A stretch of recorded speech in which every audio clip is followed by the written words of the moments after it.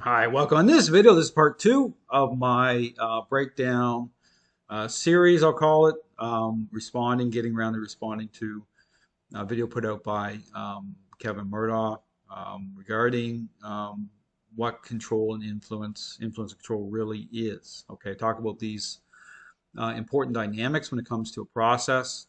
One of the questions I received from a trainer here not too long ago was like, how can you tell the counterfeit from a real picture? In fact, um, Mark DeBose, who's a trainer, putting out some videos talking about his struggles with his own dog. And in those struggles is like saying, okay, something's off here. Like this dog is like pushing those levels in such a way that it causes them to question everything in terms of training, in terms of a process, in terms of appearances, and just the fake and phoniness of the dog training world. And I talk about that, but getting real in terms of a real picture. How is that actually, happening? So again, my last video, part one, talking about kind of setting in motion the framework, okay, to understand how those core ingredients, how they align, how they're reconciled through a intentional process. Okay, when I say process, I'm talking about a interaction based approach, and getting the level of, because it does align, it does become a type of power play. Okay, but it's not a type of power play that's meant to generate a war with the dog. There's certain accommodations there in that. You'll see in my videos where I am kind of taking my time, but in terms of perceptions changing, and you get in this whole thing with the contention of how the leash is used, because you see trainers like Kevin Murdoch going on about that. He's not the only one. The question is, well, when you come on the other side with this whole off leash stuff that these trainers keep going on about, how can you trust that is a real picture? Well, the only way to tell, I talk about the litmus test, is right. The test itself, putting that picture to the test, comes through interacting the way I described. That's going to is going to reveal. Okay, it's like forcing the cards on the table in terms of how you're, currently perceived, and then you line it up with all the other behavioral issues that are still going on. Okay, this is how you line all that stuff up to get a real picture, but also change itself to make sure change is actually going to happen. So let's play some more of this video as he talks about influence and control. The dog, then you are able to influence the dog in the right way. So he's talking about conversation. I talk about the issue about verbal commands, because really the question is, well, how is this established? Like you see Grey Goose walking all over the place off leash. How do you know for sure? Well, like I said, the only way to tell is it's got to align properly. That's why, I could be walking around with an off leash dog everywhere, but I want to know. Like I want to know. I want to get there the right way, and know, again, it's like it's following a sequence. If you watch my service dog training videos, you'll see that sequence, the entire sequence, like 4 months. You'll see the whole thing, how it plays out. It starts off with a intentional interaction based method that reconciles those core ingredients. Then you get to the response side of things. Then you get off leash and all of that. All that happens. So this comes down to understanding that in the animal world, everything comes down to strength and weakness. So if we understand that dogs are social creatures, they operate within the dominance hierarchy, then like a lot of stuff Kevin's talks, so I talk about this at the social level, I can be in full agreement with. Okay, but I talk about, you have to go further. Okay, it's about those core ingredients, how they're reconciled, depth. Okay, so you hear a lot of trainers out there talking certain things that, at least on the surface, okay, appearances. I talk about the issue with appearances. I can say, yeah, that sounds good, but it's more than that. Okay, you have to get into the nuts and bolts of the actual methodology itself. That matters. Okay, we have to understand that in order to influence our dog correctly, we have to be strong in our communication to establish ourselves. and see, so he says communication. That's the thing. What does that mean? Like, what does that mean to him? Yeah, I talk about strong communication, but I talk about, well, commands, how do they align in terms of perceptions change so those commands have value? All right, it comes from those core ingredients being reconciled through through the language of, right, a intentional interaction-based method. That's what brings value and strength to those commands. You're perceived differently, just like being a parent. How you interact as a parent, that matters, right? It's the difference between a parent going into a store and child being in the toy aisle, like acting out, and one look from a parent versus, a parent counting the 12 before the child comes out, right? That's what's established, in terms of the relationship itself. But defining that through it, how do you get there? Through a parent that's, is interacting, okay? Those interpersonal things I talk about, just when you stand 10 feet away from having a conversation versus touching knees, having a serious conversation about certain expectations or consequences or boundaries. It's like that. It's meaningful, right? That's what creates change. It's that point of contact, right? At the top of that hierarchy. So that way we are able to influence our dog to a level where we are in control and we have control of the dog. Again, you can say all those words, we have control, but how do you get there? See, and that's what makes all the difference in the world. Understand that, this is where I talk about, trains go on, is the why I only need to watch 2 minutes of a video. Because the crime, talk about the scene of the crime, it starts at the jumping in point. Those core ingredients, are they reconciled or not? You can tell really fast. I mean, if you're dialed into the method, because you are how you think, okay? Trainers who say certain things for a reason or how they frame this up, but the specifics of how the leash is used, how the interactions themselves are defined, how they define how they come together. There it is. It's very specific, okay? It's the language, right? So that's why you don't have to go and watch. I don't have to go and watch a 40-minute, video. I mean, it's like either it's happening or it's not. Okay, it's very specific. I understand that's and it should be. It needs to be. Okay, it's like your parenting style. You can watch a parent in action. It's like, okay, they're like, you can tell, right, what type of interactions they're having with the child, whether they're lining up or whether it's just like passing, just passing by. They're not involved, right? It's the same type of thing. You do an audit. You say, well, that person's doing that one thing too. They're doing 100 other things the same. Which is like when you watch someone walking down the street with a retractable leash with their dog, a 30-foot retractable leash. Do you honestly believe that's the only situation that they're thinking is involved that way?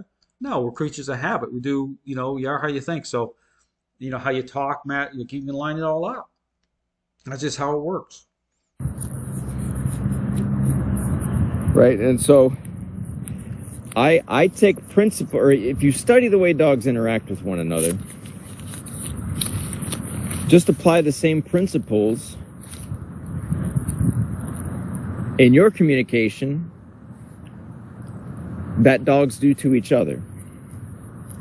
So, see, that's the problem here. You talk about the social level. What does that mean? What does that actually look like?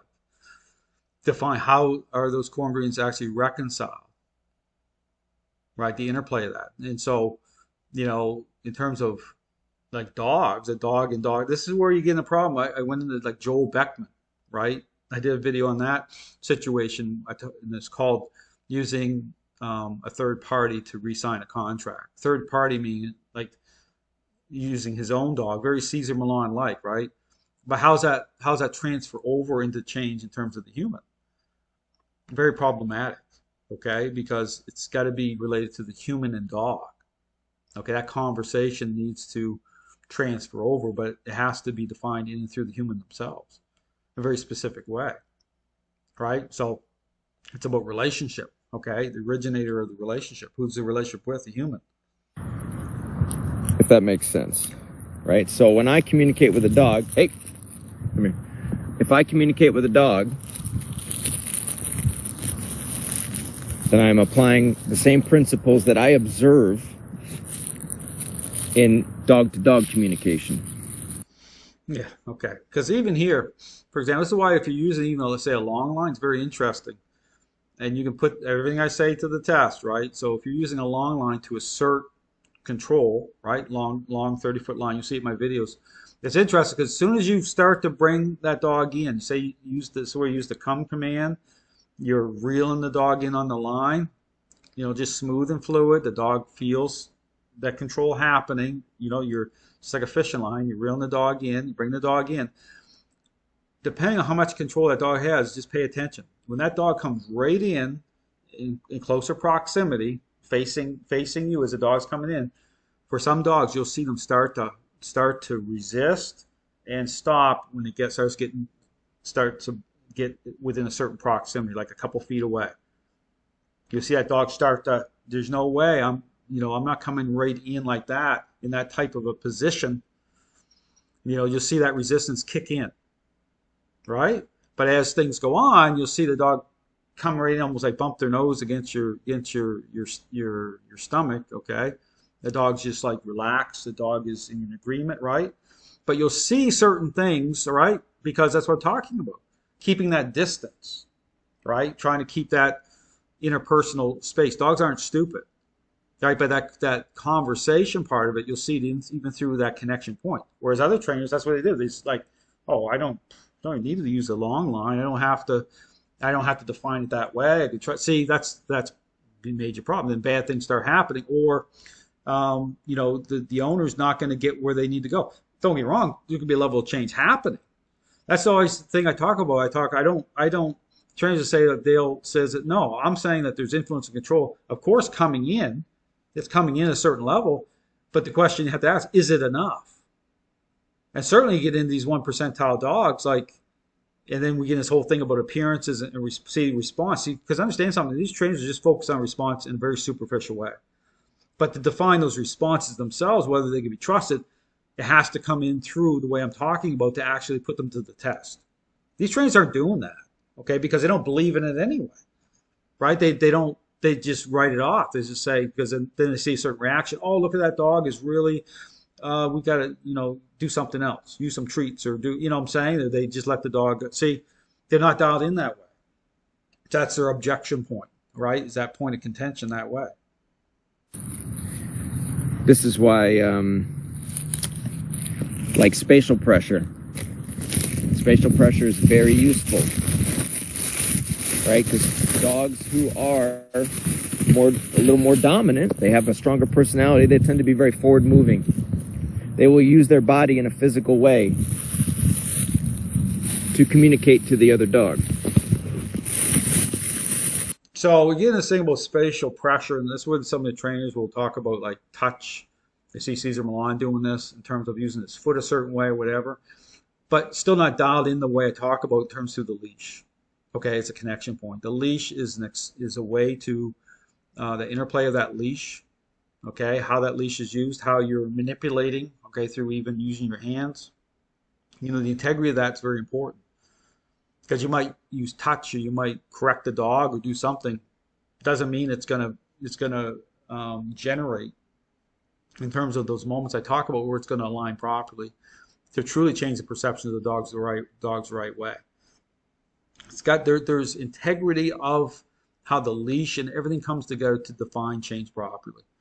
So you talk about spatial, you hear these trainers talk about pressure and corrections and stuff. Oftentimes that's not enough. Okay, it's not defined. It has to be reconciled properly. The integrity of how you're interacting. Like I said, the right language. And if they need to discipline the other dog, then they are moving forward towards that dog in a very assertive way. We don't need a leash for this. See, there you go. And see, so right there it is. We don't need a leash for this, right? So he's trusting appearances, right, that way. He's trusting appearances that way. Is influence and control happening within his method? Absolutely. But again, don't miss the point here. Is it defined the way I'm describing to make sure that in terms of a outcome, that the pitcher can be trusted? See, this is where you get into this problem here with these trainers, right? It's like, and why do you think they keep talking about off leash, off leash, off leash, off leash, right? Because, they're going on social media and, when I talk about being put to the test, is that happening the way I described? Right? No, I mean, they're just saying trust what I'm telling you, trust what you see. I don't trust any of it, okay? Because it's not being, I understand how it needs to come together to actually make sure the picture itself is truly a picture of change. See, that's the problem here. So all to say, we'll leave it here for this video, because again, we talk about, how things are defined. That's it. So that's why these trainers have a problem with the leash. It's no different when I compare, Kevin Murdoch to Christopher Upton. You go watch his video. He goes on about the leash as well. Not using the leash, not, see this problem with, obedience, right? Even with letting the dog have freedom through these drive-based trainers. And it's kaboom. You have a problem at certain points, like what happened? So it's understanding your role, the role of influence and control, how to define through the relationship, but in a very specific way through through how you're interacting, to the leash, right? To make sure coming out of the other side you have a real picture of change. Thanks for watching.